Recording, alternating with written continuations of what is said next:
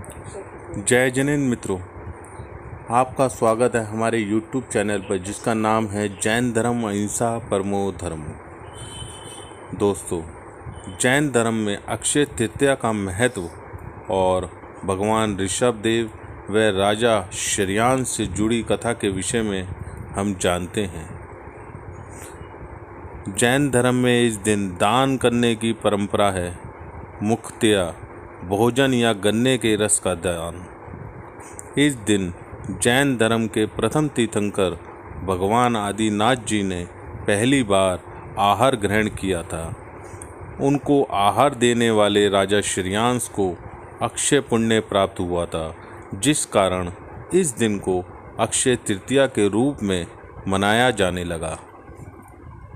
आज हम आपके साथ अक्षय तृतीया का जैन धर्म में महत्व और इसके पीछे जुड़ी एक कथा तथा सभी तथ्यों को हम आज आपके साथ साझा करेंगे। जैन धर्म के अनुसार इस युग के तीसरे समय काल में अयोध्या के राजा नाभि के घर में जैन धर्म के संस्थापक भगवान ऋषभ देव का जन्म हुआ था, जो कि 24 तीर्थंकरों में से प्रथम तीर्थंकर थे। उन्हें आदिनाथ के नाम से भी जाना जाता है। उस समय तक यह पृथ्वी मनुष्य के लिए केवल एक भोग भूमि थी, न कि कर्म भूमि। कहने का तात्पर्य यह हुआ कि मनुष्य को खेती बाड़ी, भोजन, शिल्पकला, व्यवस्था इत्यादि किसी भी चीज़ का ज्ञान नहीं था।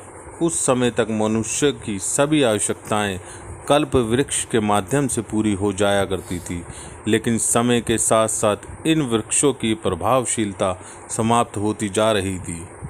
तब भगवान ऋषभ देव ने सभी को कर्म करने का संदेश दिया। उन्होंने सभी को खेती करना, भोजन उगाना, व्यापार करना, भवन बनाना, पढ़ना लिखना इत्यादि की शिक्षा दी। इसके बाद से ही समाज में नियम, सिद्धांत, व्यवस्था इत्यादि लागू हुई। भगवान ऋषभ देव का संसारिक मोह त्याग। अपने पिता के बाद ऋषभ देव अयोध्या व भारत भूमि के राजा बने। एक दिन उनकी सभा में स्वर्ग के राजा इंद्रदेव आए और दोनों मिलकर नृत्यांगनाओं का नृत्य देख रहे थे। तभी एक नर्तिका नीलांजलि की आयु पूरी हो गई और उसकी मृत्यु भी हो गई।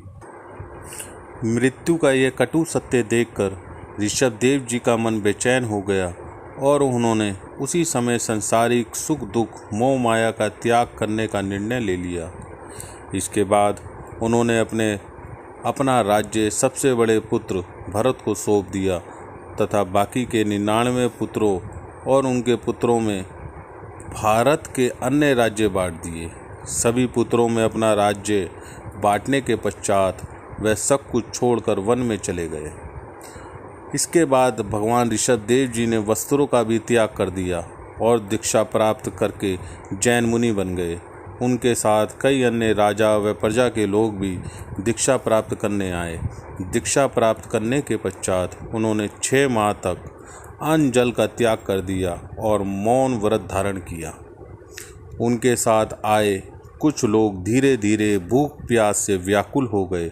इसके बाद उन लोगों के द्वारा जैन धर्म में विभिन्न संप्रदायों की शुरुआत की गई, किंतु भगवान ऋषभ देव अपने उपवास पर अडिग रहे। 6 माह के उपवास के बाद वे आहारचर्या के लिए निकले। आहारचर्या के लिए उन्हें गांव नगर भ्रमण करते हुए लोगों को शिक्षा देनी होती थी और बदले में लोग उन्हें कुछ दिया करते थे। चूँकि भगवान ऋषभ देव ने मनुष्य को कुछ समय पहले ही सब शिक्षा दे दी थी और खेती भोजन के महत्व को समझाया था, इसलिए उन लोगों को आहार दान देने की बात का ज्ञान नहीं था। भगवान ऋषभ देव जी जहाँ जहाँ भी आहारचर्या के लिए जाते, लोग उन्हें अज्ञानतावश बहुमूल्य वस्तुएं, धन, आभूषण इत्यादि भेंट स्वरूप दे दिया करते थे। उन्हें कहीं से भी आहार प्राप्त नहीं हुआ। इस प्रकार 1 वर्ष से भी ज़्यादा का समय बीत गया, लेकिन ऋषभ देव जी ने अन्न जल ग्रहण नहीं किया था। राजा श्रेयांश भगवान ऋषभ देव के पौत्र और हस्तिनापुर राज्य के राजा भी थे। एक दिन उन्हें रात में स्वप्न आया जिसके अंत में उन्हें आहार का दान देने की बात कही गई थी। उस स्वप्न में उन्होंने देखा कि कुछ ही दिनों में भगवान ऋषभदेव उनके नगर में पहुँचेंगे और तब उन्हें उनका स्वागत करके भेंट स्वरूप कुछ आहार देना है। इसके बाद उन्होंने अपने मंत्रियों से इसकी चर्चा की और राज्य में भव्य तैयारियां कर दी गई। राजा श्रेयांश के द्वारा ऋषभदेव जी को इशू रस भेंट करना। जैन धर्म की मान्यता के अनुसार भगवान ऋषभदेव जी को अन्न जल का त्याग किए हुए 13 महीने से ज़्यादा का समय हो चुका था। इसमें 6 माह उनके उपवास के थे तो 7 महीने अन्न जल की भेंट न मिल पाने के कारण भूखे रहना पड़ा था। एक दिन भगवान ऋषभदेव गांव नगर भ्रमण करते हुए अपने पौत्र के राज्य हस्तिनापुर पहुँचे। भगवान ऋषभदेव को अपने नगर में आते देख प्रजाजनों की भारी भीड़ और उनके दर्शन करने उमड़ पड़ी। राजा श्रेयांश भी दौड़ते दौड़ते अपने भवन से बाहर आए और भगवान ऋषभदेव जी का स्वागत किया। राजा श्रेयांश ने ऋषभदेव जी को प्रणाम किया और उनके चरण धोए। स्वागत के बाद उन्होंने ऋषभदेव जी को पीने के लिए इशू रस गन्ने का रस दिया। तब भगवान ऋषभदेव जी ने 13 मास के पश्चात अपना उपवास तोड़कर गन्ने के रस को पिया था। यह भगवान आदिनाथ का दीक्षा प्राप्त करने के बाद का प्रथम आहार था। राजा श्रेयांश के नगरों में देवों की कृपा। राजा श्रेयांश के द्वारा भगवान आदिनाथ को प्रथम आहार देने पर देवता अत्यधिक प्रसन्न हुए। इंद्र व अन्य सभी देवता उसी समय स्वर्ग से हस्तिनापुर पहुँच गए और राजा श्रेयांश की नगरी को पंचाश्चर्य प्रदान किए।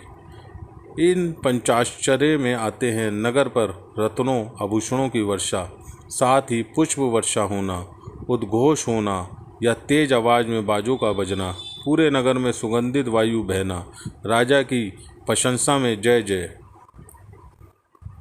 भगवान ऋषभदेव का राजा श्रेयांश को आशीर्वाद देना। आहार ग्रहण करने के पश्चात भगवान ऋषभदेव ने राजा श्रेयांश को अक्षीण भोजन, अक्षय भोजन का आशीर्वाद दिया था। अक्षय का अर्थ होता है कभी ना समाप्त होने वाला। उसके बाद से राजा श्रेयांश के नगर में भोजन की कभी कमी नहीं रही और कोई भी भूखा नहीं रहा। भगवान ऋषभदेव को प्रथम आहार देने के कारण राजा श्रेयांश को अक्षय पुण्य भी प्राप्त हुआ था। आशीर्वाद देकर भगवान ऋषभदेव वहां से आगे तपस्या करने चले गए थे। राजा श्रेयांश का सम्मान व दान प्रथा का शुरू होना। इस घटना की सूचना मिलते ही राजा भरत व अन्य राजा हस्तिनापुर पहुंच गए थे। भरत के द्वारा राजा श्रेयांश का सम्मान किया गया। इसी के साथ राजा भरत ने संपूर्ण भारत में भोजन के दान की शुरुआत की और राजा श्रेयांश को दान तीर्थ प्रवर्तक की संज्ञा दी गई। अक्षय तृतीया नाम का अर्थ। जिस दिन भगवान आदिनाथ ने राजा श्रेयांश के हाथों इशू रस को पिया था वह दिन वैशाख माह के शुक्ल पक्ष की तृतीया थी। इक्षु से अक्षय तथा वैशाख शुक्ल तृतीया से तृतीया को मिलाकर इस दिन को अक्षय तृतीया के नाम से जाने जाने लगा। एक और मान्यता के अनुसार वैशाख माह के शुक्ल पक्ष की तृतीया तिथि को राजा श्रेयांश को अक्षय भोजन व अक्षय पुण्य का फल प्राप्त हुआ था, इसलिए इसे अक्षय तृतीया नाम दिया गया। जैन धर्म में वर्षी तपन। भगवान आदिनाथ लगभग 1 वर्ष से ज़्यादा समय तक भूखे रह रहे थे। उसके बाद उन्होंने राजा श्रेयांश के हाथों से भोजन ग्रहण किया था। इस प्रकार उन्होंने 1 वर्ष तक कठोर तपस्या की थी, इसलिए इसे जैन धर्म में वर्षी तप की संज्ञा दी गई। आज भी जैन धर्म के लोग वर्षी तपन की तपस्या करते हैं। यह व्रत कार्तिक मास के कृष्ण पक्ष की अष्टमी तिथि से शुरू होता है, जो वैशाख माह के शुक्ल पक्ष की तृतीया तक चलता है। इसमें जैन धर्मावलंबियों को हर माह की 14 को उपवास रखना होता है, जिसमें उन्हें केवल गर्म पानी का सेवन करना होता है। फिर अक्षय तृतीया के दिन पारायण कर व्रत को समाप्त किया जाता है। जैन धर्म में अक्षय तृतीया का महत्व। भगवान ऋषभदेव के द्वारा प्रथम बार आहार ग्रहण करने के कारण इस दिन का जैन धर्म में महत्व अत्यधिक बढ़ गया था। कुछ लोग इस दिन पारायण कर 1 वर्ष का व्रत समाप्त करते हैं, तो कुछ लोग इस दिन खुलकर दान करते हैं। जैन लोगों के द्वारा इस दिन जगह जगह मुख्य रूप से गन्ने के रस का दान किया जाता है। साथ ही इस दिन को सभी कार्यों के लिए अत्यंत शुभ माना गया है, जैसे कि गृह प्रवेश, नई चीज़ खरीदना, विवाह लगन करवाना, किसी काम की शुरुआत करना इत्यादि।